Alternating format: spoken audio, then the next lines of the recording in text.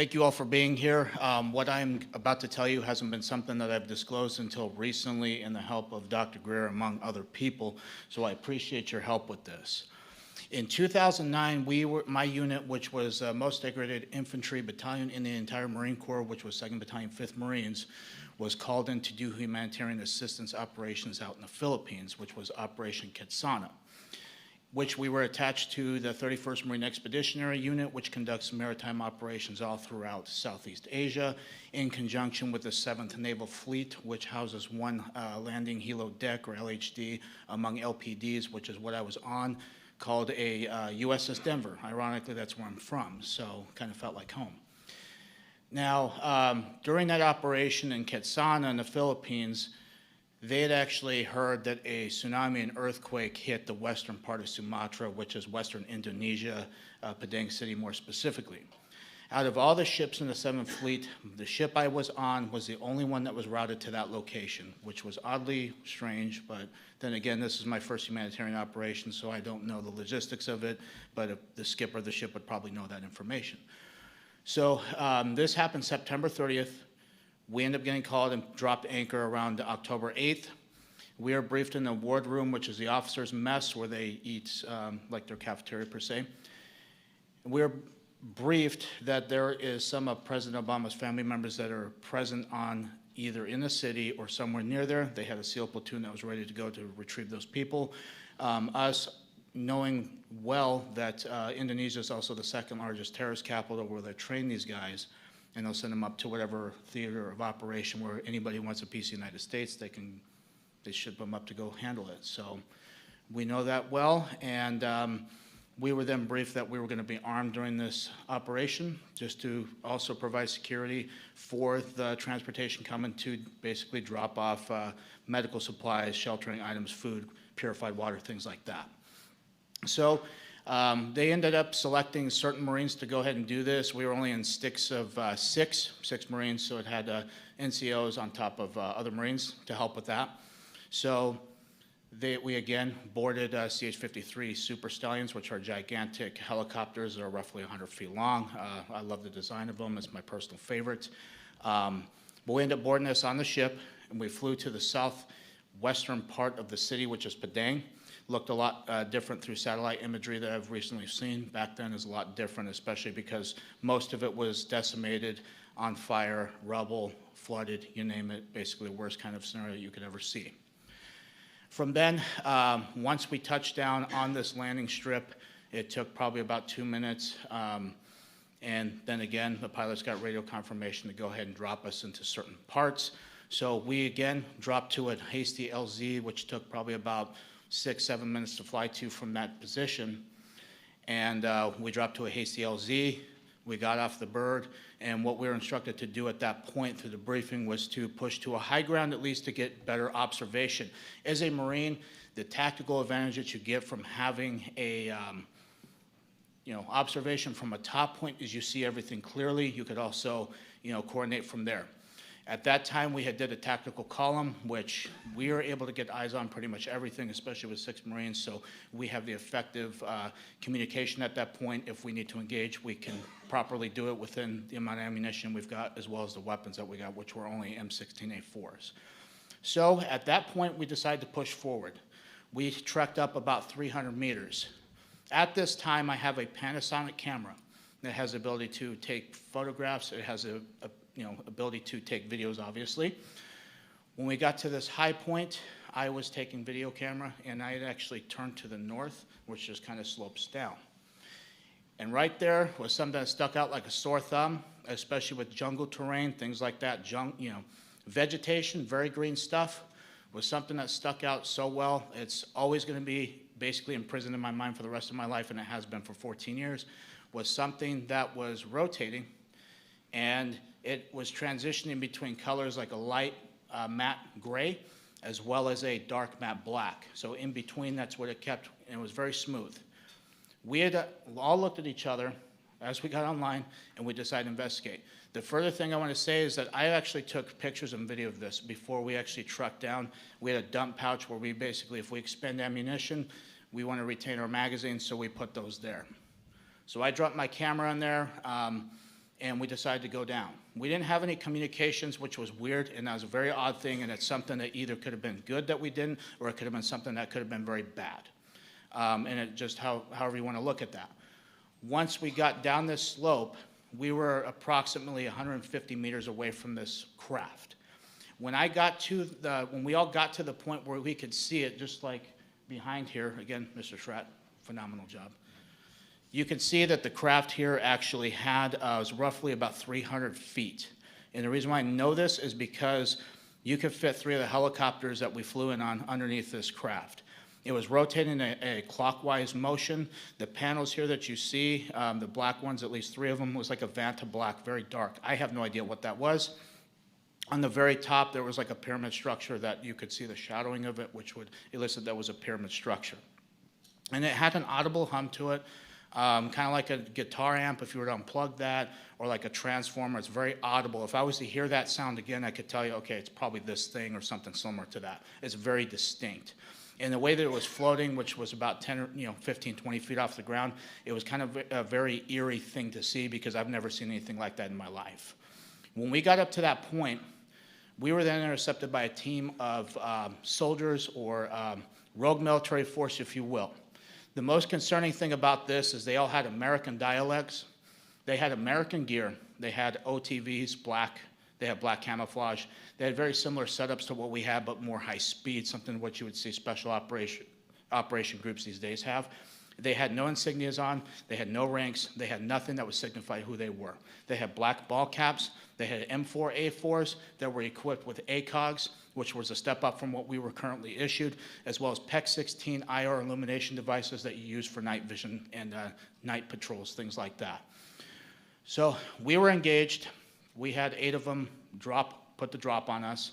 You could audibly hear them blow the safety selectors off. They basically started screaming at us, telling us what we were doing. We were not allowed to be there. Who were we with? What were we doing there? Threatened that they could kill us right then and there. We could get lost in the jungle. They could throw us out of a helicopter if they needed to. It was very nerve-wracking at that point, especially looking to my fellow Marines and seeing the reactions on their faces too. We were all freaking scared, to say none the less. So with that being said, each Marine was then patted down along with myself. We had our weapons taken from us. They were basically cleared in condition 4, which means they had no round chamber, no magazine in. They dumped our magazines out of our mag pouches as well onto the deck. And then again, because of Marine Corps order, how things are with that, we were told to keep our military ID in our left breast pocket. So they knew that. They asked for our military identification. We gave it to them, obviously, because they have guns in our face. So provided that to them. They had something that looked like modern day smartphones, but this is 2009, so it's not really as high tech compared to obviously today. So they took some pictures of our military ID, and then they had something that reminded me of a BAT system, which is a biometrics tracking system that we would use.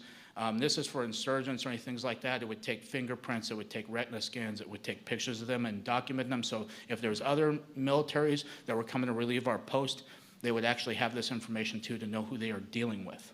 That's what it reminded me of, and I had trouble scanning the IDs. As this is going on, we're going back between these guys as well as what's going on in the background. At that time, there was 4 of these trucks, which were F-350s. They were up-armored. They were pretty beefy. They had weapon cases that I've seen before because of something that we've actually loaded weapons into. They had 2 of them that were in the back of each truck. They also had these containers that was illustrated right here, which come to find out through recent revelations from yesterday from somebody who came forward to Dr. Greer. I don't know who they are, but what they had told him and what he has told me is that this gentleman knows exactly what these were used for because they had like a cylinder on the front, which is either for oxygen or what I hypothesized was for vacuum sealing, which lead me to suspect that they were smuggling narcotics or drugs. Come to find out it's more disturbing than that. This gentleman has first-hand account with this and says that it was for people. It's very disheartening, especially because that part of the world have already gotten ravaged, and it's something that is very hard to see right now because of what I've witnessed, and it's very disheartening. And this is why I'm up here. So they loaded these onto this platform that you can see right there, and As I got up there, like I said, I was going back and forth. These guys are still searching our stuff. They're still, pointing their weapons at us. And after the last two trucks that I saw that actually got onto that platform unloaded, they had 4 guys in each truck that would unload everything. However they did it, I can't tell you because, again, I was focused on this as well. And these trucks drove off. As that happened, this platform actually rose up off the ground itself. The top part of the craft actually met it down in the middle like this, and it formed into one solid piece. It floated right above the tree line. As soon as it was able to break that tree line, it actually had on the corners of each of these, which was an octagonal shape craft, by the way, on each corner it emanated a light. It was either red, yellow, green, or blue. Only those 4 colors I can distinctly remember. It didn't make any additional high-pitched sounds when it rose up. Once it got past that tree line, it shot over to the left, basically where the ocean was, at so fast, I would estimate probably 3,000, 4,000, 5,000 miles an hour instantaneous like that. There was no rotor wash, no exhaust that would disturb the trees, vegetation. The coconuts that were on these trees were not even touched. It produced no sonic boom. This thing was so fast. So as that happened, they basically had told us to turn around. As we turned around, kind of a couple things that went through my head at that point was that we're done. They actually started loading our magazines into our back into our vests in a way that would be hard to get them to put them into a weapon and to actually, charge the weapon and actually put it around in a chamber.